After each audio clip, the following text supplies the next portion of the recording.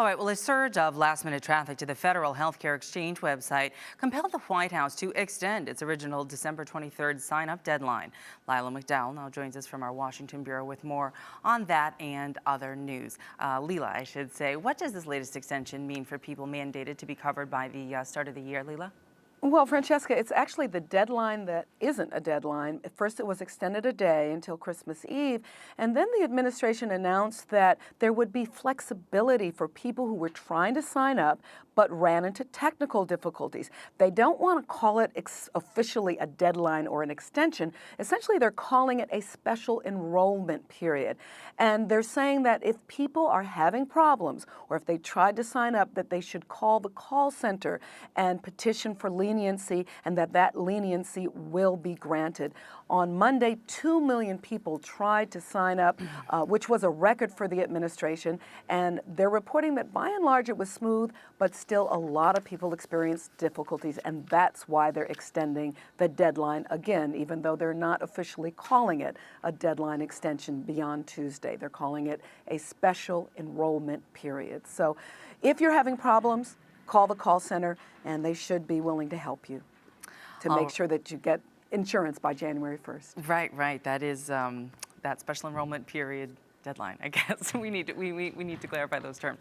All right, moving on to another segment now. The storm system that passed through the United States this week, it's left a lot of people in the dark. What can you tell us about exactly what happened and why? Well, wintry storms that swept through Michigan, parts of Canada, and parts of the northeastern United States left hundreds of thousands of people without power.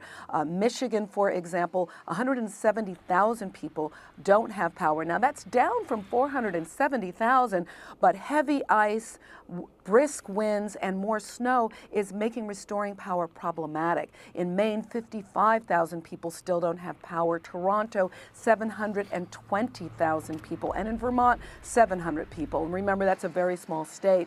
The Red Cross shelters are still full with hundreds of people coming there.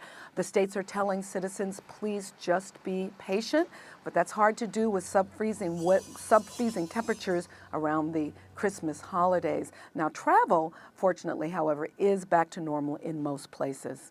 All right, most people already doing that Christmas trip. Well, there's also one more update on the man who was accused of killing a TSA agent last month at Los Angeles International Airport. What's Paul Ciancia saying now?